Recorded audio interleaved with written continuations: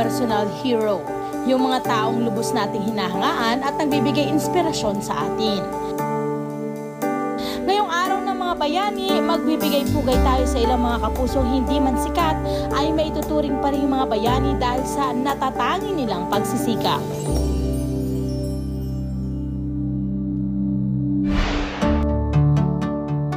Sa social media, nakilala ang isang matandang nagtitinda ng makukulay na lollipop sa lalawigan ng Pampanga.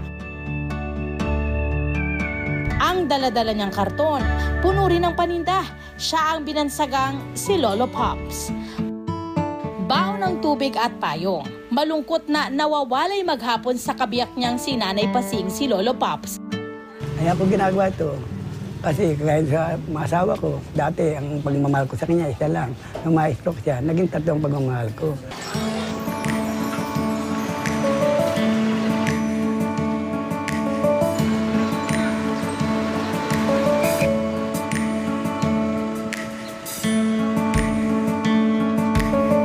Hindi na kaya.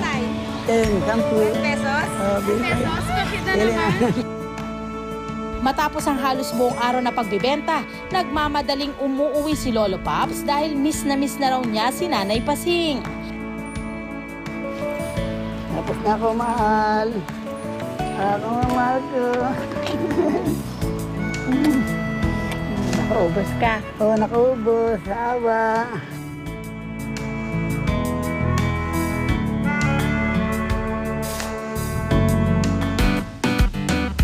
Dahil sa kasipagan ni Lolo Pops at sa wagas niyang pag-ibig, minabuti naming bigyan siya ng konting tulong. Okay, dahil nga po punong-puno kayo ng magumahal at nakikita namin na napakasipag po ninyo, tatay, dito. Meron hong kaming ibibigay sa inyo mula po sa Good News. May good news kami. Ito po ang aming tulong na ibibigay sa inyo para po sa inyong lahat yan para sa pag-uumpisa ng bago niyong negosyo. Although I'm sure si tatay mamungulit pa rin yan at magtitinda pa rin dun sa mga suki niya. Alam ko yan. Hindi, wala na akong masabi para ako nananaginip. Salamat naman. Pag meron kayo tananim, meron kang anihin. Kung tinanim mo yung kabutihan din ang anihin. Kaya ngayon ko nararamdaman na ang pagtulong sa kapwa ay malaking bagay sa buhay natin. Sa lungsod naman ng Bacoor, Cavite, sa malalawak na subdivision umiikot ang buhay ng kahangahangang matanda na aming nakilala.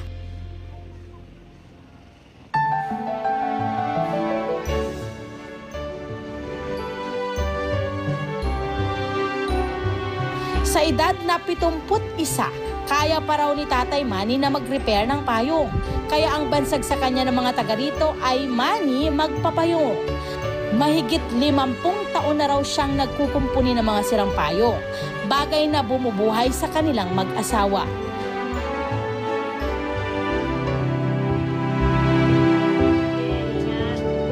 Doon namin kinukuha ang pang-financial namin.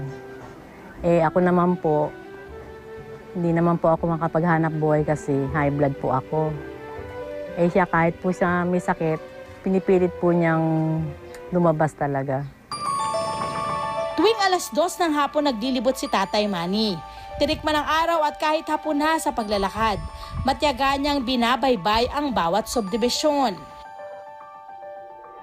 Sa sobrang pagkakuba, hindi na halos makita ni Tatay ang mga dumadaan na tao at sasakyan.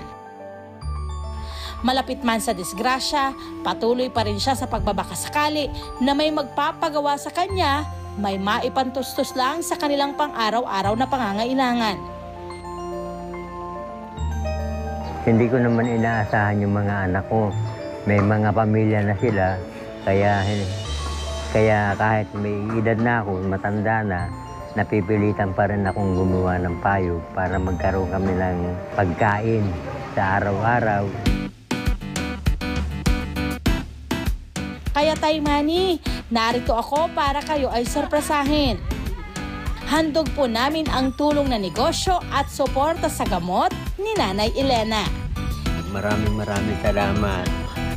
Congratulations po! Deserve nyo po lahat ng blessing na meron kayo. And I'm sure po marami pang darating. Opo. Maraming Lagi salamat sa kayong inyo. magdadasal lang. Isang pamilya naman ang nagpahanga sa amin sa Rodriguez, Rizal.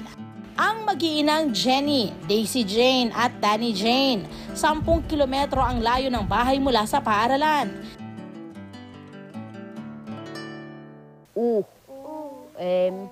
Tuwing umaga, maagang gumigising si Nanay Jenny para asikasuhin ang mga anak.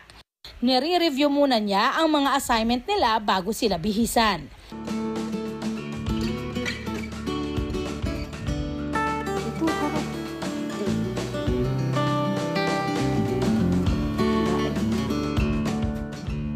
Pero imbis na maiwan sa bahay o maghatid gaya ng ibang mga magulang, pumapasok din si Nanay Jenny bilang mag-aaral.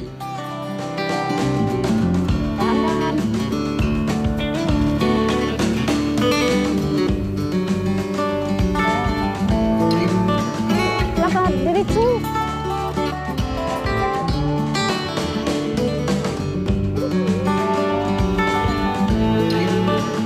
Basa damit mo, sa akin yan.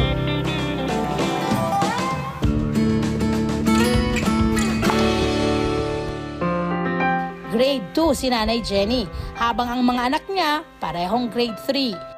Hindi raw nakapag-aral noon si Nanay Jenny dahil sa kakapusan sa pera at maagang pag-aasawa. 34 years old na si Jenny, habang ang kanyang mga kaklase, 8 taong gulang pa lamang.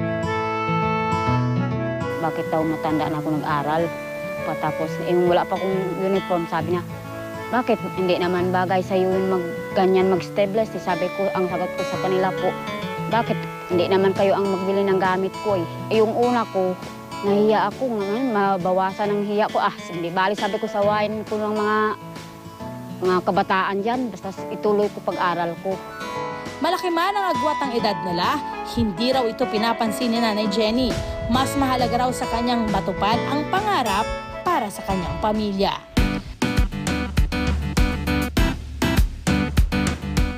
Sa pagdalaw namin sa paaralan upang magsagawa ng feeding program, hinandugan din namin ang dakilang nanay ng ilang kagamitang magagamit niya at ng kanyang mga anak sa pagpasok sa eskwela.